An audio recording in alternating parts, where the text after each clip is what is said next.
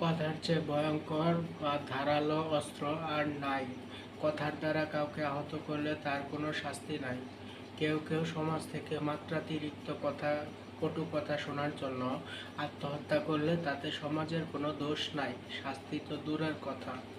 পৃথিবীর অন্য সব জিনিস হয় মিষ্টি, নয় ঝাল, না হয় টক। কথা এমন একটা জিনিস যেটা একই সময় একই সাথে যে কোনো কিছু হতে পারে, মিষ্টি, ঝাল, টক, আলুনি, সব কিছু।